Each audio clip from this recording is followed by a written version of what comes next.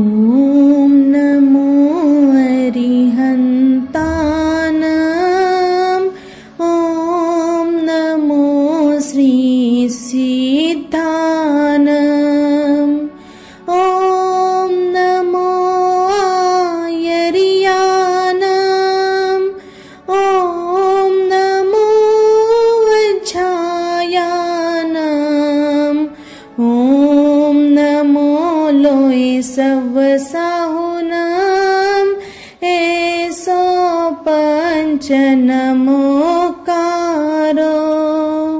ऐसो पंच नमोकारो सव पावपनासनो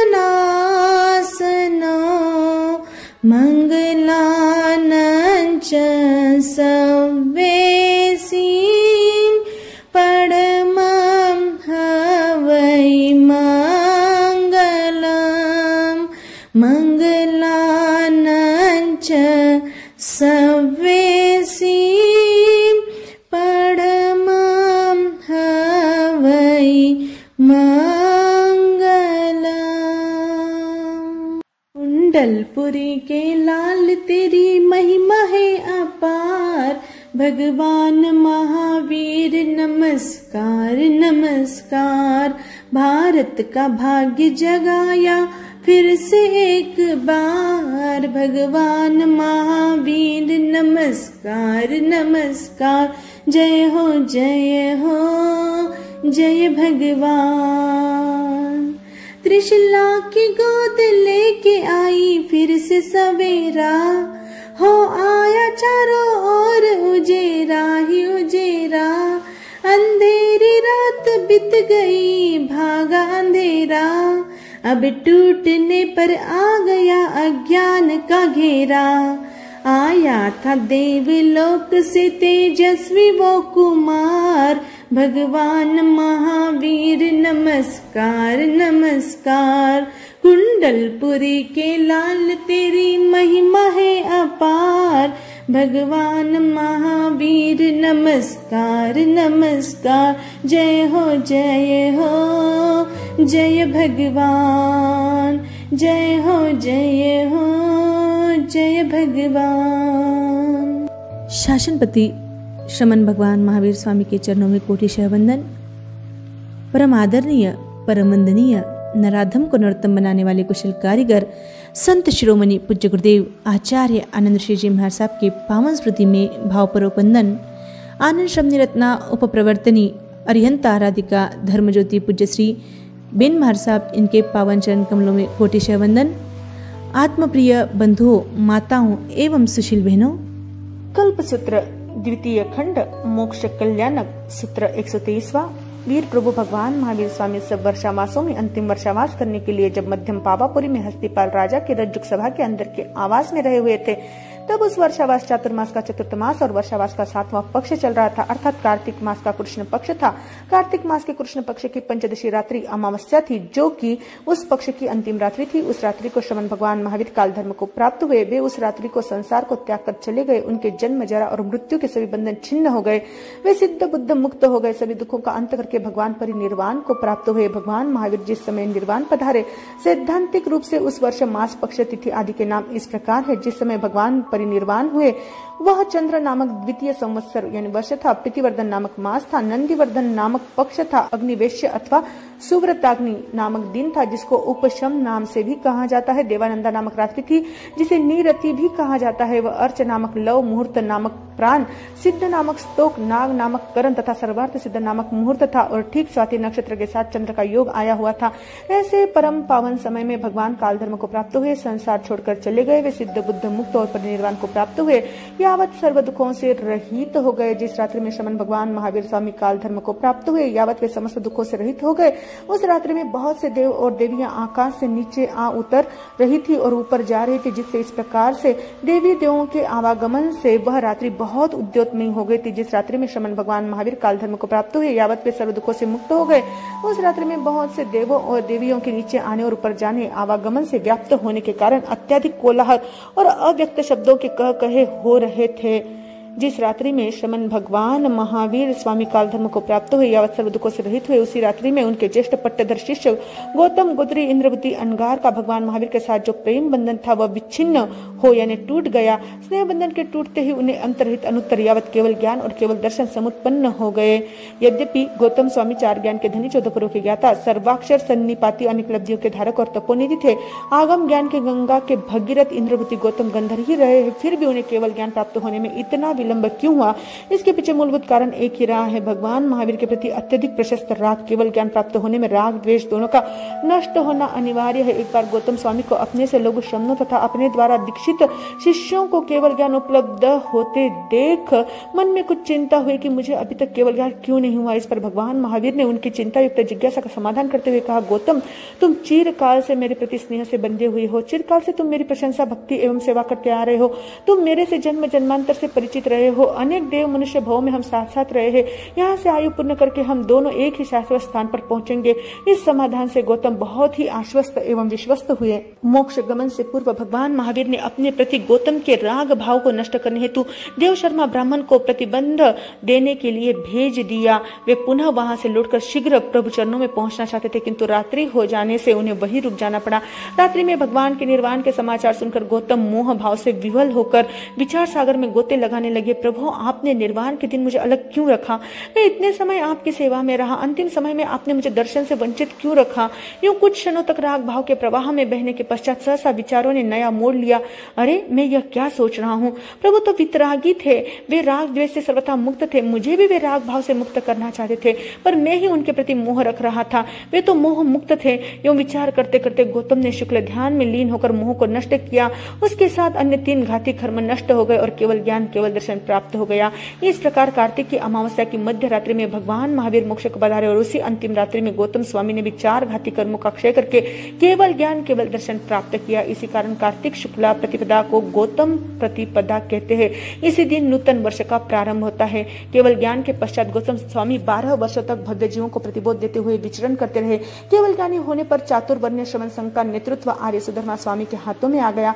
गौतम स्वामी के मोक्ष पधारने तथा सुधर्मा स्वामी को केवल ज्ञान प्राप्त होने पर उन्होंने संघ के संचालन का भार आर्य जम्बू स्वामी को सौंप दिया। केवली अवस्था में सुधर्मा स्वामी 8 वर्षों तक रहे। 11 गंधर्वों में से 9 गंधर्व तो भगवान के समक्ष ही निर्वाण को प्राप्त हो चुके थे। अतः गौतम स्वामी के केवल ज्ञानी होने के पश्चात सुधर्मा स्वामी ने ही संघ का भार संभाला। जिस रात्रि में श्रमण भगवान महावीर स्वामी काल धर्म को प्राप्त हुए, यावत सिद्ध बुद्ध मुक्त परिनिवृत्त एवं सर्व दुख विरहित हुए, उस रात्रि में काशी देश के 9 मल्ल वंशीय गणराजा और कौशल देश के 9 लिच्छवी वंशीय गणराजा, यूं 18 गणराजा अमावस्या के दिन अष्टप्रहरी पोषद उपवास करके वहां रहे हुए थे। भगवान का निर्वाण होने के पश्चात उन्होंने विचार किया, ज्ञानादि भाव प्रकाश के कर्ता भगवान महावीर तो मोक्ष चले गए, अब हम उनकी स्मृति में दीपावली पर्व मनाकर द्रव्य उद्योत यानी द्रव्य प्रकाश करेंगे।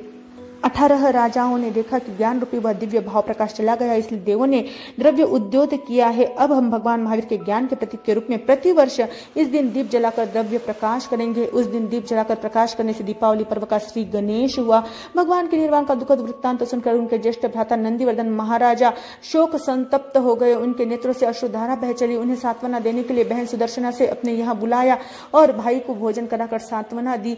तभी से भैया दूज के रूप में यह पर्व कार्तिक सुदी बीज को मनाया जाता है। जिस रात्रि में श्रमण भगवान महावीर काल धर्म को प्राप्त हुए, यावत समस्त दुखों से सर्वथा मुक्त हुए, उस रात्रि में भगवान महावीर के जन्म नक्षत्र यानी उत्तर फाल्गुनी में क्षुद्र क्रूर स्वभाव का 2000 वर्ष तक रहने वाला भस्म राशि नामक महाग्रह संक्रांत हुआ यानी आ गया। जब से क्रूर स्वभाव वाला क्षुद्र तथा 2000 वर्ष की स्थिति वाला भस्म राशि नामक महाग्रह श्रमण भगवान महावीर के जन्म नक्षत्र में संक्रांत हुआ, तब से भगवान महावीर के शासन में श्रमण निग्रंथों और निग्रंथियों का उत्तरोत्तर वृद्धिगंत यानी उदित उदित पूजा बहुमान और सत्कार प्रवृत्त नहीं होगा। जब वह क्रूर स्वभाव वाला शुद्र भस्म राशि ग्रह भगवान महावीर के जन्म नक्षत्र से हट जाएगा, तभी उनके शासनस्थ श्रमण निग्रंथों एवं निग्रंथियों का पूजा सत्कार सम्मान उत्तरोत्तर दिनानुदिन वृद्धिगत यानी उदित उदित होगा। भगवान के निर्वाण का समय निकट जानकर शकेंद्र ने आकर करबद्ध प्रार्थना की, भगवान आपके गर्भ जन्म दीक्षा और केवल ज्ञान के समय में हस्तोत्तर नक्षत्र था और अब निर्वाण के समय भी इस नक्षत्र के प्रभाव से भस्म ग्रह संक्रांत होने वाला है। इसके प्रभाव से आपके शासन के श्रमण दुश्मन शमनियों का सत्कार सम्मान 2000 वर्ष तक कम होता रहेगा। अतः यह भस्म ग्रह जब तक आपके जन्म नक्षत्र में संक्रांत हो तब तक आप श्री विद्यमान रहे। आपकी विद्यमानता में यदि यह संक्रांत हो जाएगा तो इसका प्रभाव स्वतः निष्फल होता जाएगा। अतः आपसे प्रार्थना है कि आप आयु के क्षणों को थोड़ा और बढ़ा ले ताकि इस दुष्ट ग्रह का उपशमन हो जाए। इस पर भगवान ने कहा, इंद्र तुम यह जानते हो कि आयुष्य का एक क्षण भी न्यूनाधिक करने की शक्ति किसी में भी नहीं है, फिर भी तुम यह अशक्य बात कह रहे हो। केवल शासन प्रेम के वशीभूत होकर आगामी दुष्यम काल की अपने प्रभाव से शासन को क्षति पहुंचाएगा। उसमें भवितव्यता के अनुसार यह भस्म ग्रह भी अपना प्रभाव दिखलाएगा ही, इसमें कोई संदेह नहीं है। जिस रात्रि को श्रमण भगवान महावीर काल धर्म को प्राप्त हुए यावत उनके समग्र दुख नष्ट हो गए, उस रात्रि को बचाई न जा सके ऐसी कुंतवा नाम की सूक्ष्म जीव राशि उत्पन्न हो गई। क्योंकि वैसी वह जीव राशि स्थिर हो, हलन चलन न करती हो, तो छद्मस्त निग्रंथों निग्रंथियों को सहसा दृष्टि गोचर नहीं होती। जो कुंतवा जीव राशि अस्थिर है, हलन चलन करती है, वह छद्मस्त निग्रंथ निग्रंथियों को आंखों से शीघ्र दिखलाई देती है। इस प्रकार के जीवों की उत्पत्ति देखकर बहुत से छद्मस्त निग्रंथ निग्रंथियों ने यावत जीव भक्त प्रत्याख्यान अनशन स्वीकार कर लिया था। प्रश्न होता है, भगवान यह क्यों कहा, वह ऐसा क्यों किया गया, अर्थात निग्रंथों और निग्रंथियों ने उक्त जीवों को देखकर यावत जीव अनशन क्यों किया। उत्तर में भगवान ने कहा, यह अनशन सूचित करता है आज से संयम का पालन करना अत्यंत कठिन होगा। उस काल और उस समय में श्रमण भगवान महावीर के इंद्रभूति गौतम आदि 14,000 साधुओं की उत्कृष्ट श्रमण संपदा थी। श्रमण भगवान महावीर की आर्या चंदन आदि 36,000 आरिकाओं की उत्कृष्ट आरिका संपदा थी। श्रमण भगवान महावीर के शंकर शतक आदि 1,59,000 श्रमणोपासकों की उत्कृष्ट श्रमणोपासक संपदा थी। श्रमण भगवान महावीर की सुलसा रेवती आदि 3,18,000 श्रमणोपासिकाओं की उत्कृष्ट श्रमणोपासिका संपदा थी। श्रमण भगवान महावीर स्वामी के 14 पूर्वधारक जिन नहीं परंतु जिन सदृश सर्वाक्षर सन्निपाति जिन के समान सत्य तथ्य निरूपण व स्पष्टीकरण करने वाले 314 पूर्वधरों की उत्कृष्ट संपदा थी। श्रमण भगवान महावीर के आमर्ष औषधि आदि विशिष्ट लब्धिधारी 1300 अवधि ज्ञानियों की उत्कृष्ट संपदा थी। श्रमण भगवान महावीर के परिपूर्ण उत्तम केवल ज्ञान और केवल दर्शन को प्राप्त 700 केवल ज्ञानियों की उत्कृष्ट संपदा थी। श्रमण भगवान महावीर के वेक्रिय लब्धिधारी देव नहीं किंतु देवों के समान वृद्धि प्राप्त ऐसे 700 वेक्रिय लब्धि संपन्न श्रमणों की उत्कृष्ट संपदा थी। 2.5 द्वीप और 2 समुद्रों में रहे हुए पर्याप्त सन्नी पंचेंद्रियों के मनोगत भावों को जानने वाले श्रमण भगवान महावीर स्वामी के विपुल मति मन पर्याय यानी मुनिवरों की उत्कृष्ट 500 की संपदा थी। श्रमण भगवान महावीर के 400 वादी वाद विवाद में प्रवीण मुनि थे, जो देवों मनुष्य और असुरों की सभा में पराजय नहीं पाने वाले थे। ऐसे वादी मुनियों की उत्कृष्ट संपदा थी। श्रमण भगवान महावीर के शासन में 700 अंत्यवासी श्रमण सिद्ध मुक्त हुए और 1400 साध्वियां सिद्ध हुई। वे सब यावत सर्व दुख मुक्त हो चुके तथा निर्वाण को प्राप्त हुए। श्रमण भगवान महावीर के भविष्य में मोक्ष गति रूप कल्याण वाले देव स्थिति में भी प्राप्त कल्याण का अनुभव करने वाले ऐसे 800 अनुत्तरोपपातिक देव बनने वाले अनुत्तर विमान में उत्पन्न होने वाले मुनियों की उत्कृष्ट संपदा थी। श्रमण भगवान महावीर के अंतकृत संसार का अंत करके मोक्ष प्राप्त करने वाले साधकों की 2 प्रकार की भूमिका थी, युगांतकृत भूमिका और पर्यायांतकृत भूमिका। भगवान महावीर से तीसरे युग पुरुष तक युगांतकृत भूमिका थी। भगवान को केवल ज्ञान होने के 4 वर्ष तक उनके शिष्यों का मोक्ष गमन प्रारंभ हुआ और वह जम्बू स्वामी तक चलता रहा। युगांतकृत भूमिका वह कहलाती है जिसमें साधक अनुक्रम से मुक्ति प्राप्त करे, तदनंतर उसका शिष्य मुक्ति प्राप्त करे और तत्पश्चात उसका प्रशिष्य मुक्ति प्राप्त करे। इस प्रकार अनुक्रम से जिसमें मुक्ति प्राप्त की जाती है उसे युगांतकृत भूमिका कहते हैं। पर्यायांतकृत भूमिका वह है जिसमें तीर्थंकर भगवान की मुक्ति प्राप्त करने के पश्चात जो साधक मुक्ति प्राप्त करे उसकी वह मोक्ष संबंधी पर्यायांतकृत भूमिका कहलाती है।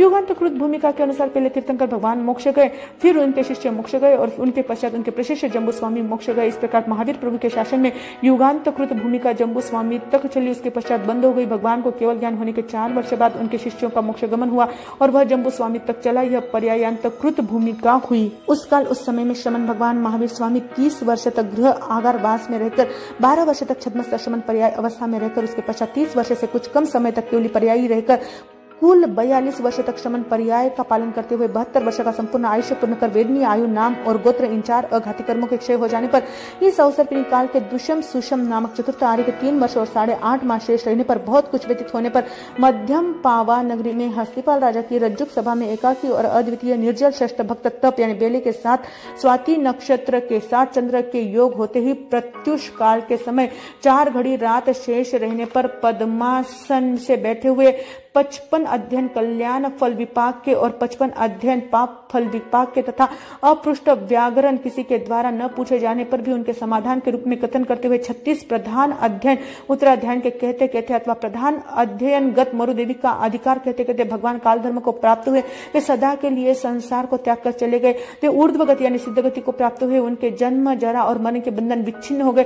वे सिद्ध बुद्ध मुक्त बनकर सर्व कर्मों का अंत करते हुए कर्मों से मुक्त हुए परिनिर्वाण को प्राप्त हुए तथा समस्त दुखों से रहित होकर शाश्वत अव्याबाद सुख को प्राप्त हुए। भगवान के निर्वाण के पश्चात कब शास्त्र लिखे गए, समस्त दुख नष्ट हो गए। ऐसे भगवान महावीर को सिद्ध बुद्ध मुक्त या निर्वाण प्राप्त हुए 900 वर्ष व्यतीत हो चुके हैं। 10वीं शताब्दी का यह 80वें वर्ष का काल चल रहा है जब शास्त्र आगम देवर दिगनी क्षमा श्रमण आदि की अध्यक्षता में लिपिबद्ध हुए। दूसरी वाचना के अनुसार कितने ही ऐसा भी कहते हैं कि 900 वर्ष के उपरांत यह 93वें वर्ष का काल चल रहा है जब शास्त्र लिपिबद्ध हुए। ऐसा पाठ दृष्टिगोचर होता है। इस विषय में दो मत दृष्टिगोचर होते हैं। अधिकांश शोधकों का मत है कि भगवान महावीर के निर्वाण के 980 वर्ष के बाद शास्त्र लिखे गए।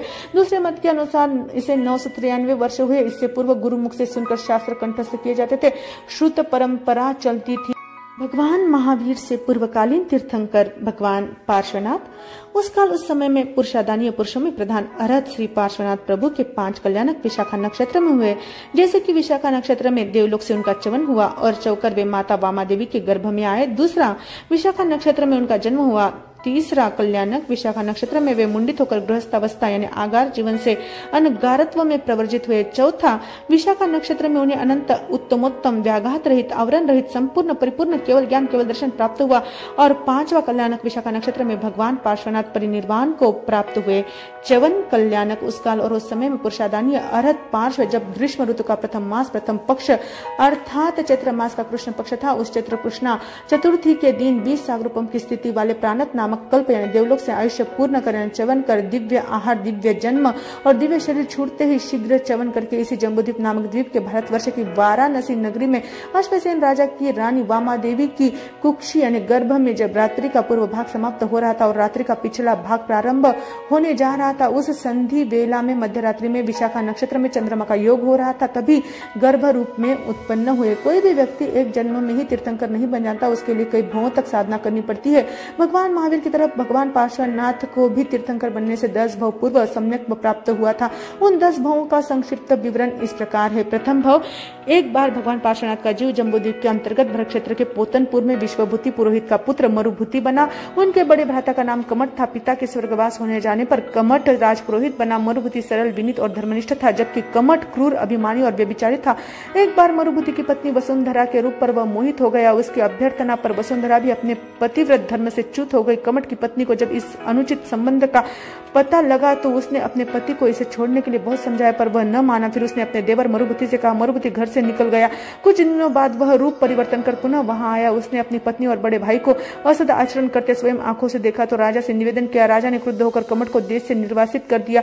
वह पोतनपुर के निकटवर्ती पर्वत पर तापस बनकर उग्र तप करने लगा। लोगों में उसकी शोहरत फैली। मरुभूति को भी इच्छा हुई कि वह भी अपने बड़े भाई से क्षमा याचना कर ले। सरल हृदय मरुभूति ने कमठ तापस के पास जाकर जो ही नमन किया तो ही क्रूर कमठ ने मरुभूति के सिर पर एक बड़ा सा पत्थर दे मारा। वेदना विकल मरुभूति का प्राणांत हो गया। द्वितीय भव, आर्त ध्यानवश आयु पूर्ण कर मरुभूति का जीव विंध्याचल की 8वीं में हाथियों की युद्ध का स्वामी युद्धपति गजराज हुआ। कमठ की पत्नी युद्धपति गज की प्रिया हथिनी बनी। इधर राजा ने मरुभूति की हत्या के समाचार सुने तो उसे संसार के स्वार्थ परायणता और विषयांधता से विरक्ति हो गई। उसने संयम ग्रहण किया। एक दिन विहार करते हुए इसी 8वीं में ध्यान मुद्रा में खड़े थे कि मरुभूति का जीव युद्धपति गजराज मुनिवर के पास आया। उन्हें ध्यान मुद्रा में देखकर हाथी को जाति स्मरण ज्ञान हुआ। पूर्व जन्म को स्मरण करके उसने मुनि से श्रावक धर्म अंगीकार किया। एक बार वन में भयंकर अग्निकोप हुआ। सारा वन आग की लपटों से घिर गया। हाथी ने अपने प्राण बचाने के लिए सरोवर में प्रवेश किया। उधर कमठ का जीव जो मरकर कुरकुट जाति का सर्प बना था, आकाश में उड़ता उड़ता सरोवर के निकट आया और युद्धपति हाथी को देखकर पूर्व वैर जागा। उसने तुरंत ही क्रोधाविष्ट होकर हाथी के सिर पर दंश मारा। गजराज का सारा शरीर विषाक्त हो गया। फिर भी श्रावक गजराज ने संभाव पूर्वक वह पीड़ा सहन की और शांति से आयु पूर्ण की। तृतीय भव, वहां से आयुष्य पूर्ण कर मरुभूति का जीव तृतीय भव में 8वें सहस्रार नामक देवलोक में उत्पन्न हुआ। हुआ चतुर्थ भव। वहां से चौकर जम्बू द्वीपांतर्गत महाविद्या क्षेत्र में विद्युत गति विद्याधर राजा के यहाँ कनकवती रानी का अंगज किरण वेग हुआ। यौवन वय में एक दिन किरण वेग अपनी पत्नियों के साथ आमोद प्रमोद कर रहा था कि सहसा संध्या की लालिमा देखकर उसे संसार से विरक्ति हो गई।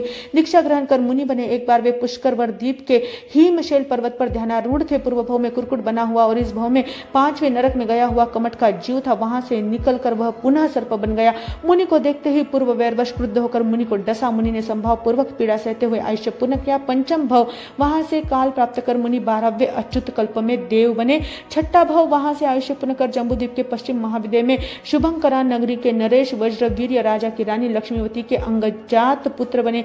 नाम रखा गया वज्रनाभ। राज्यश्री का उपभोग करते हुए एक बार क्षेमंकर तीर्थंकर का प्रवचन सुनकर प्रतिबुद्ध हुए। दीक्षा ग्रहण की। एक बार सुकच्छ विजय के मध्यवर्ती ज्वलंत पर्वत पर वे कायोत्सर्ग में खड़े थे। उधर कमट का जीव जो सर्प था वहां से मरकर 5वें नरक में गया। वहां से निकलकर अनेक भवों में परिभ्रमण करता हुआ वह उस पर्वतीय प्रदेश में कुरंगक नामक का भील बना। मुनि को वहां देखते हुए उसके मन में पूर्व वैर जागा। उसने बाण मारा। मुनि वहीं आहत होकर गिर पड़े और संभाव पूर्वक देह छोड़ा। 7वां भव, मुनि वहां से आयुष्य पूर्ण कर मध्यम ग्रैवेक में देव बने और कमट का जीव भील वहां से मरकर 7वें नरक में गया। अष्टम भव, जम्बूद्वीप के पूर्व महाविद्या के शुभंकर विजय के पुरानपुर में कुशल बाहु राजा की रानी सुदर्शना का पुत्र सुवर्ण बाहु चक्रवर्ती बना। षटखंड की राज्यश्री का उपभोग करने के पश्चात संयम ग्रहण किया। उग्र तपस साधना की। एक बार आपने 20 स्थानकों का सेवन करके तीर्थंकर नाम गोत्र का उपार्जन किया। एक बार वे निर्जन वन में कायसर्ग मुद्रा में खड़े थे।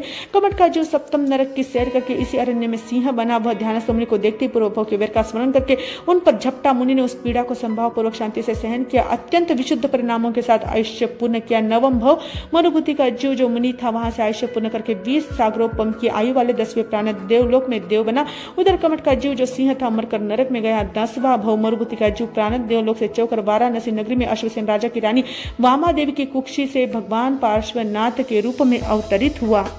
पुरुषादानीय अरथ पार्श्वनाथ 3 ज्ञान से युक्त थे। वे यह जानते थे कि मैं यहाँ देवलोक से च्युत होऊंगा, किंतु च्यवन का काल अत्यंत सूक्ष्म होने के कारण च्युत होते हुए नहीं जानते थे, किंतु च्युत हो गया हूँ यह जानते थे। यहाँ से लेकर भगवान महावीर के प्रकरण में वर्णित स्वप्न से संबंधित समग्र वर्णन अभिलाप यावत माता अपने गृह में प्रविष्ट हुई और सुखपूर्वक गर्भ का परिवहन परिपालन करती है, यहाँ तक का निरूपण पूर्ववत समझना चाहिए। जन्म कल्याणक। उस काल और उस समय में हेमंत ऋतु का द्वितीय मास तृतीय पक्ष अर्थात पोष मास का कृष्ण पक्ष था। पोष मास के कृष्ण पक्ष की 10वीं तिथि के दिन 9 मास और 7.5 रात्रि व्यतीत होने पर पूर्व रात्रि के समाप्त होने और अपर यानी पिछली रात्रि के प्रारंभ होने के संधि काल में मध्य रात्रि के समय में विशाखा नक्षत्र के साथ चंद्रमा का योग होने पर परम निरोग वामा देवी माता ने आरोग्य संपन्न पुत्र पार्श्व को जन्म दिया। जिस रात्रि को पुरुषादानी अरथ पार्श्व ने जन्म ग्रहण किया उसी रात्रि को बहुत से देव देवियों के प्रभु का जन्म कल्याणक मनाने हेतु बार बार आवागमन के कारण वह रात्रि अत्यंत प्रकाशमान हो गई तथा उन देव देवियों के हर्ष में अव्यक्त और हास्यमय शब्दों से वार्तालाप से वह रात्रि कोलाहल पूर्ण एवं शब्दायमान भी हो गई। स्वप्न एवं जन्म संबंधी अन्य सारा वर्णन भगवान महावीर स्वामी के वर्णन में आए हुए समग्र वृत्तांत अभिलाप के समान यहाँ भी कह देना चाहिए। विशेष इतना है कि भगवान महावीर के स्थान पर भगवान पार्श्वनाथ का नाम लेना चाहिए। यावत हमारे बालक का नाम पार्श्व कुमार हो यहाँ तक सारा वर्णन पूर्ववत कहना चाहिए।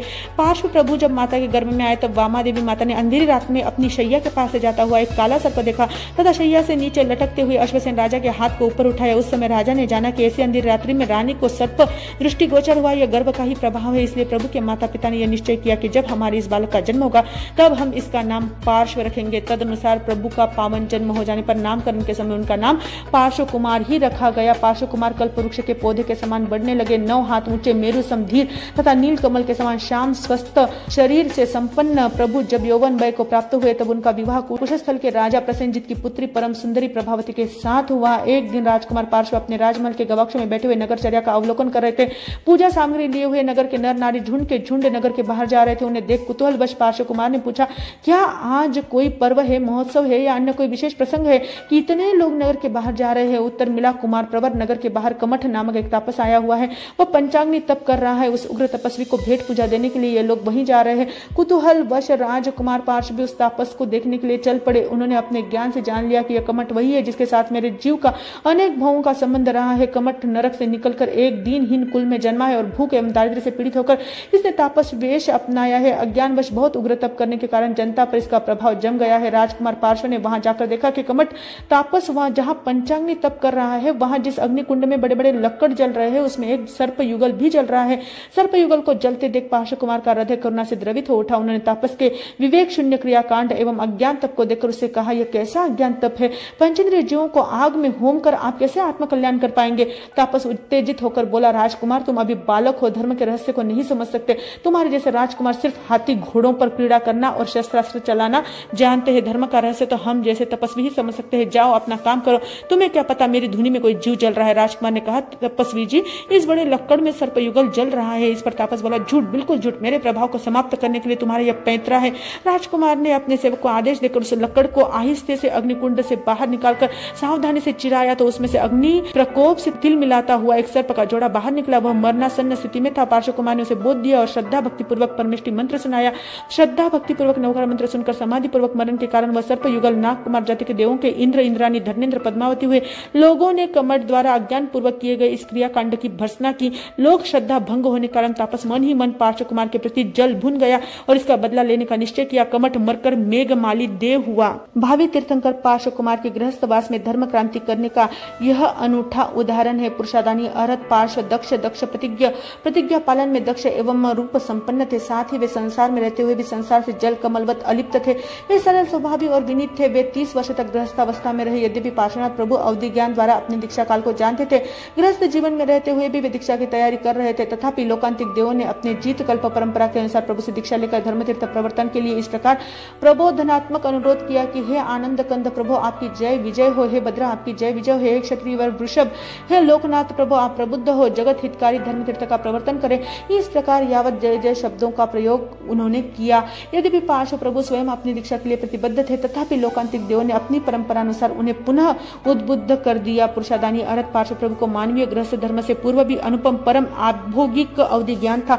इस संबंध में सारा वर्णन भगवान महावीर स्वामी के वर्णन के समान यहाँ भी समझना चाहिए। अभी निष्क्रमण का अवसर निकट जानकर उन्होंने 1 वर्ष पूर्व वर्षीदान प्रारंभ किया तथा अपने दायादों एवं गोत्रियों में अपने सर्वस्व धन का परिभाजन यानी बंटवारा कर दिया। इस प्रकार सबको प्रसन्न कर हेमंत ऋतु के द्वितीय मास तृतीय पक्ष अर्थात पोष मास के कृष्ण पक्ष में पोष कृष्ण एकादशी के दिन के पूर्वाह्न काल प्रथम प्रहर में विशाला नाम की शिविका में बैठकर देव मानव और असुरों की विराट परिषद के साथ इत्यादि सब वर्णन भगवान महावीर स्वामी के वर्णन के समान। विशेष यह है कि वे वाराणसी नगरी के बीचों बीच होकर निकलते हैं। निकलकर जिस और आश्रम पद नामक उद्यान था जहाँ पर उत्तम अशोक वृक्ष था उसके निकट आए। वहां आकर अशोक वृक्ष के नीचे शिविका रखवाई। फिर शिविका से नीचे उतरे। नीचे उतरकर अपने ही हाथों से आभूषण माला और अंगूठी आदि अलंकारों का परित्याग कर दिया। फिर अपने हाथों से ही पंचमुष्टिक केश लोच किया। लोच करके निर्जल अष्टम भक्त्यान केले का तप अंगीकार किया। फिर विशाखा नक्षत्र का योग आते ही एक देव दृश्य वस्त्र ग्रहण करके 300 पुरुषों के साथ मुंडित होकर गृहवास का त्याग कर अनगार धर्म में प्रवर्जित हुए। पुरुषादानी अरहत पार्श्व दीक्षा ग्रहण से लेकर 83 दिनों तक नित्य लगातार काया का व्युत्सर्ग शरीर के प्रति मोह ममता आसक्ति और शुश्रूषा का त्याग किए हुए थे। इस प्रकार शरीर के प्रति निरपेक्ष रहते हुए अनगार अवस्था में उन पर कोई भी उत्सर्ग उत्पन्न हुए, चाहे वे दैविक थे, मानवीय थे या तिर्यक योनिक थे, अनुकूल थे या प्रतिकूल थे, उन सब सर्गों को निर्भय होकर धैर्यपूर्वक संभाव से सम्यक प्रकार से सहन करते थे। वे तनिक भी क्षुब्ध, क्रुद्ध या उद्विग्न नहीं होते थे। उपसर्गों को सहने में उनकी तितिक्षा वृत्ति सामर्थ्य युक्त होती थी। वे शरीर को पूर्ण अचल और दृढ़ रखकर उपसर्गों को सहन करते थे। पार्श्वनाथ प्रभु दीक्षा अंगीकार करने के पश्चात एक दिन एक ग्राम के समीप तापसों के आश्रम में पधारे और वहां एक कुएं के पास वटवृक्ष के नीचे ध्यानस्थ खड़े हो गए। कमठ तापस का जीव जो मेघमाली देव बन गया था, विभंग ज्ञान द्वारा प्रभु को ध्यानस्थ जानकर वहां आया। पूर्व हो के वैर का स्मरण करके पहले तो उसने बेताल का रूप धारण बनाकर और घोर अट्टहास करके उन्हें डराना चाहा, परंतु वे जरा भी विचलित न हुए। फिर उसने सिंह, हाथी, बिच्छू, रींछ और सर्प आदि बनकर अनेकों उपसर्ग कष्ट दिए, किंतु भगवान सुमेरु की तरह स्थिर रहे, अपने धर्म ध्यान से जरा भी चलायमान नहीं हुए। तब उसने खिसिया कर कोपाविष्ट हो मेघ घटा बनकर काली रात्रि के समान शाम मेघमाला से सारे आकाश मंडल को ढक दिया। फिर काल सम घनघोर मुसलधार बरसाने लगा। ब्रह्मांड के चूर चूर हो जाने जैसी घोर गर्जना की, यमराज सी लपलपाती जीभ जैसी बिजलियां चमकने और कड़कने लगी। ध्यान में खड़े हुए प्रभु के नासिकाग्र तक पानी आ गया। जब तब भी भगवान जो के त्यों खड़े रहे। इस दुर्घटना से धर्मेंद्र का आसन कंपित हो उठा। उसने अवधि ज्ञान से भगवान पर मेघमाली का उपसर्ग आया जानकर तुरंत धर्मेंद्र पद्मावती दोनों वहां आए। एक ने अपने बृहत सर्प फनों का सिंहासन बनाया और दूसरे ने फनों से प्रभु पर छत्र कर दिया। तदनंतर मेघमाली को फटकारा। मेघमाली भय के मारे तिल मिलाने लगा। उसने अपनी मेघमाला समेटी और भगवान के चरणों में आ गिरा। अपराध के लिए क्षमा मांगी। मांगी और भक्तिपूर्वक भगवान की स्तुति करके चला गया। उन दोनों ने भक्ति भाव से भगवान की स्तुति की और प्रभु ने अपने पर आए हुए उपसर्गों को हंसते हंसते शांति और धर्म के साथ सहन किया। तदनंतर वे भगवान पार्श्व अंगार हुए, यावत इरिया समिति आदि से युक्त और यावत इस प्रकार आत्मा को भावित करते करते 83 रात्रि दिन व्यतीत हो गए। 84वां दिन चल रहा था। ग्रीष्म ऋतु का वह प्रथम मास और प्रथम पक्ष था, अर्थात चैत्र मास का कृष्ण पक्ष था। उस चैत्र मास के कृष्ण पक्ष की चतुर्थी तिथि को पूर्वाह्न में दिन के प्रथम प्रहर में धातकी यानी आंवले के वृक्ष के नीचे शुक्ल ध्यान में लीन थे। तभी प्रथम प्रहर के धातकी आंवले के वृक्ष के नीचे निर्जल अष्टम भक्त या छठ भक्त तेले या बेले का तप किए हुए शुक्ल ध्यान में लीन थे। तभी विशाखा नक्षत्र के साथ चंद्रमा का योग होने पर उन्हें उत्तम उत्तम केवल ज्ञान और केवल दर्शन समुत्पन्न हुआ। यावत वे लोकालोक की सब द्रव्यों और भावों यानी पर्यायों को जानते देखते हुए विचरण करने लगे। पुरुषादानी अर्थ पार्श्व के 8 गण और 8 गंधर्व थे। वे इस प्रकार है: शुंभ, आर्यघोष, वशिष्ठ, ब्रह्मचारी, सोम, श्रीधर और वीरभद्र तथा यश। पुरुषादानी अर्थ पार्श्व के संघ में अज्जदिन्न यानी आर्यदत्त प्रमुख 16,000 शमनों की उत्कृष्ट समन संपदा थी। पुरुषादानी अरत पार्श्व के संघ में पुष्पचूला प्रमुख 38,000 आरिकाओं की उत्कृष्ट आरिका संपदा थी। पुरुषादानी अरत पार्श्व के संघ में सुव्रत यानी सुनंदा आदि 1,64,000 शमन पासकों की उत्कृष्ट शमनोपासक संपदा थी। पुरुषादानी अरत पार्श्व के संघ में सुनंदा आदि 3,27,000 शमनोपासिकाओं की उत्कृष्ट शमनोपासिका संपदा थी। पुरुषादानी अरत पार्श्व के 314 पूर्वधारी मुनि ऐसे थे जो जिन नहीं किंतु जिनके सदृश सर्वाक्षर सन्निपाती थे। यावत उन 14 पूर्वधारी मुनियों की संपदा थी। पुरुषादानी अरत पार्श्व के संघ में 1400 अवधि ज्ञानियों की संपदा थी। पुरुषादानी अरत पार्श्व के संघ में 1000 केवल ज्ञानियों की, 1100 व्यक्रिय लब्धिधारियों की, 750 विपुलमति मन पर्याय ज्ञानियों की, 600 वादियों की, 600 ऋजुमति मन पर्याय ज्ञानियों की संपदा थी। उनके संघ में 1000 श्रमण सिद्ध हुए तथा 2000 आर्याएं सिद्ध हुई और 1200 अनुत्तरोपातिकों की अनुत्तर विमान में जाने वालों की संपदा थी। पुरुषादानी अरत पार्श्वनाथ के अंतकृत यानी सर्व दुखों यानी कर्मों का अंत करने वालों की भूमिका 2 प्रकार की थी, जैसे कि युगांतकृत भूमि और पर्यायांतकृत भूमि। यावत अरत पार्श्व के चतुर्थ युग पुरुष तक युगांतकृत भूमि थी, अर्थात भगवान पार्श्व से लेकर 4 पट्टधारी पुरुष तक मोक्ष में पधारते, अतः चतुर्थ पुरुष तक मोक्ष मार्ग चला था। यह हुई युगांतकृत भूमि और भगवान पार्श्वनाथ को केवल ज्ञान उत्पन्न होने के 3 वर्ष व्यतीत होने के बाद किसी साधक ने मुक्ति प्राप्त की, मुक्ति मार्ग प्रारंभ हुआ।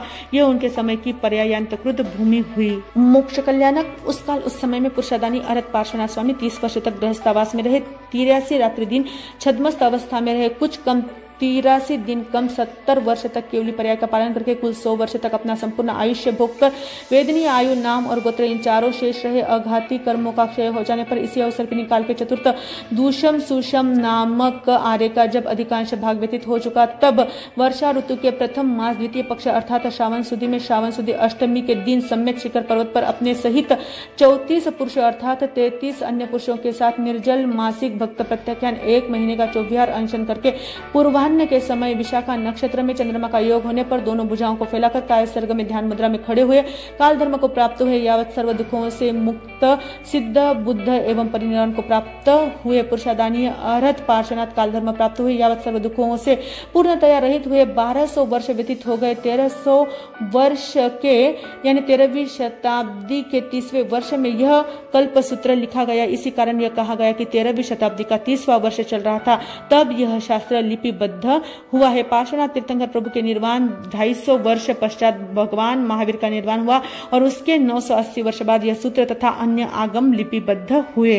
वामा देवी के प्यारे तुम अश्वसेन के दुलारे, वामा देवी के प्यारे तुम अश्वसेन के दुलारे, ओ पारसनाथ तुम्हारे चरणों में हम सबका वंदन है। ओ पारसनाथ तुम्हारे चरणों में हम सबका वंदन है। बोलिए चिंतामणि अरहत पार्श्वनाथ भगवान की जय। जय आनंद मंगल पाठ। नमो अरिहंता नमो सिद्धा नमो आयर्यानम नमो अध्यायनम नमो लय संवसाहुनम चैताभारमासं चक्रवर्ती महे धियो सन्ति सन्ति करेलये पतोगे मनोतरम नमिउना सुरसुर गरुलभयंग परिवंदी गए किले से हरिये सिद्धाये द्याउझाया सब साउनम सर्वारिष्ट प्रणाशाय सर्वाभीष्टदायिनी सर्वलब्धि निधानाय गौतम स्वामी नमो नमः।